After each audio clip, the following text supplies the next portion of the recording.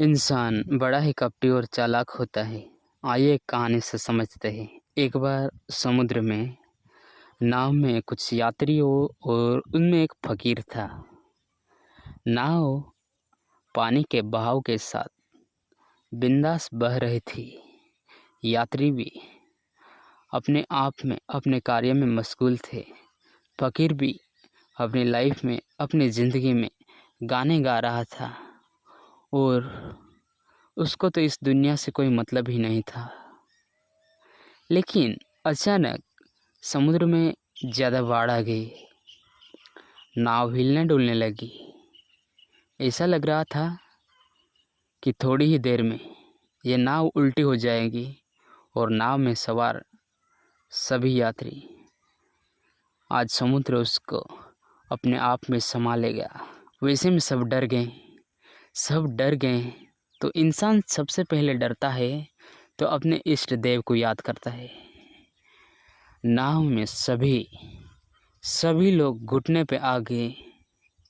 चिल्ला के भगवान को याद करने लगे कि ओ प्रभु, इस बार बचा ले। अगर हम बच गए तो मैं तुझे ये दूंगा, मैं तुझे वो दूंगा, ये चढ़ाऊंगा, इतने पैसे की बख्शिश दूंगा।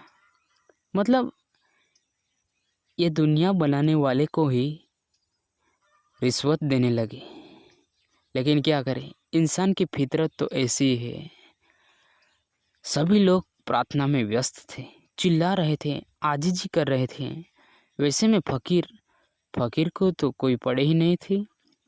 कुछ लोगों ने देखा कि फकीर को तो कुछ पड़ी हुई ही नहीं। फकीर से कहा कि भाई, तुम ये क्या कर रहे हो? हम सब लोग प्रार्थना कर रहे हैं और तुम क्यों नहीं करते?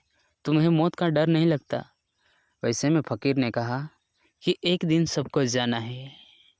लेकिन कुछ लोग फ़कीर पर चिल्लाने लगे, तुम प्रार्थना करके देखो, क्या पता भगवान तुम्हारी सुन ले। नाव तो हिल डुल रही थी, अभी डूब जाए या तभी डूब जाए। लेकिन अब वक्त बीतता जा रहा था। लेकिन थोड़ी ही देर में नाव में से किनारा दिखाई दिया। जैसे ही किनारा दिखाई दिया कि नाव में सवार सभी यात्री भागने लगे। सब के सब भागने लगे, वहाँ से निकलने लगे। सबने प्रार्थना करना बंद कर दिया। कहानी का तात्पर्य यह है कि इंसान जब घबराता है तो भगवान को याद करता है, और जब कोई मुसीबत नहीं आती तो अपने तरीके से जीता है।